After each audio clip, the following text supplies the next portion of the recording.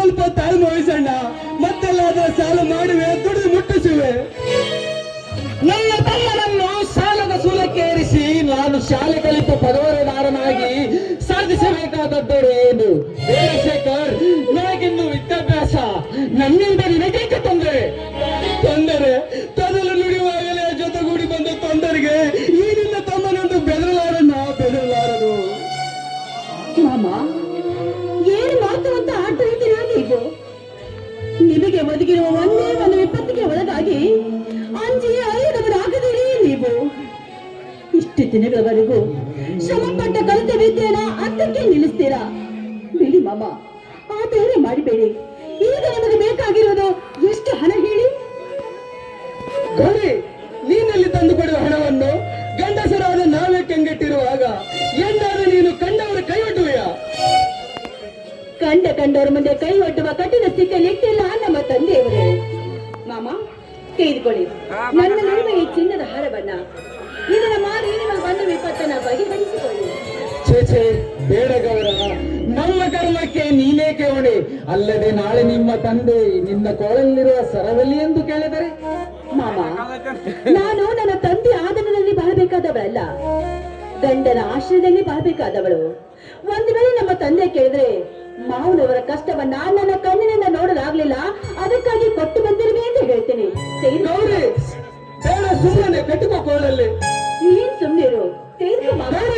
ಶೇಖರ್, ಗೊತ್ತು ಮಾವ, ಒಂದು ಹೆಣ್ಣು ತನ್ನ ಕತ್ತಲ್ಲಿ ಸುತ್ತಿಕೊಂಡುವ ಸ್ವರ್ಣವನ್ನ ಕಸಿದು ಮಾರಿದ್ರೆ ಈ ಸಮಾಜ ಏನ್ ಅಂದಿತು ಎಂಬ ಭಯವಲ್ಲವೇ ನಿಮಗೆ?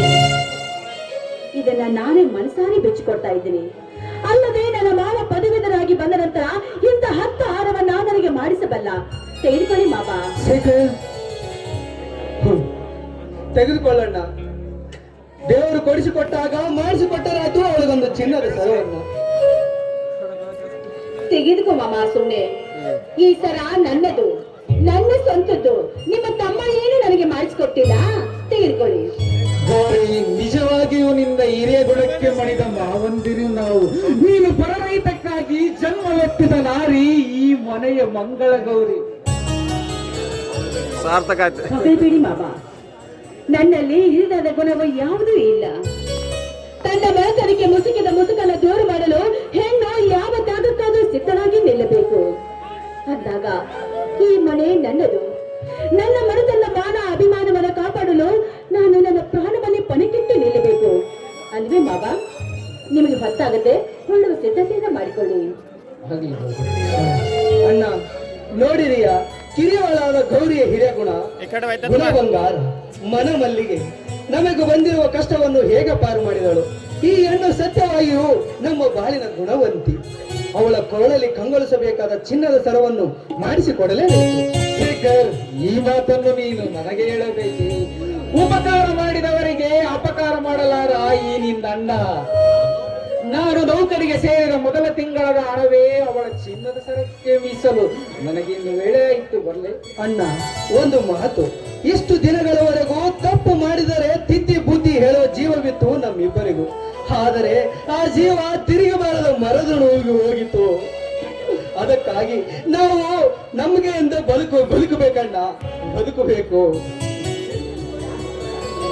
ಶೇಖರ್, ಹಿರಿ ಸೋದರ, ಸಂಕೋಚ ಪಡದೆ ಹೇಳು.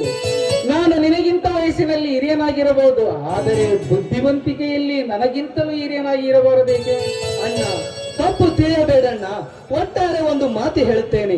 ಎತ್ತವರಿಗೆ ಹೆಸರು ತರುವ ಸತ್ಪುರುಷರು ನಾವಾಗಬೇಕು. ಹೆಚ್ಚಿಗೆ ಏನು ಹೇಳಲಾರೆ. ಹೆಚ್ಚಿಗೆ ಶಹರ ಬಂಡಿಗಳಲ್ಲಿ ಇಚ್ಛೆ ಅಂತ ನೆನೆದು ಸ್ವೇಚ್ಛೆಯಾಗಿ ಬಾಳದಿರಣ್ಣ. ಒಟ್ಟಾರೆ ಜೀವನದಲ್ಲಿ ಗುರಿಯನ್ನು ಸಾಧಿಸಿ ಸಜ್ಜನಿಸಿಕೊಂಡು ಬಾರಣ್ಣ. ಇದೇ ನನ್ನ ಆಸೆ. ಹೇಳು ಶೇಖರ್, ನಿನ್ನ ಪ್ರತಿ ಮಾತನ್ನು ಮೆಲುಕು ಹಾಕುತ್ತಾ ರಾಜುವಿನ ಕ್ಷೇಮಕ್ಕೂ ಗೌರಿಯ ಕ್ಷೇಮಕ್ಕೂ ಮೇಲಿಂದ ಮೇಲೆ ಫೋನ್ ಮಾಡ್ತಾ ಇದ್ರು. ಹಾ ಗೌರ,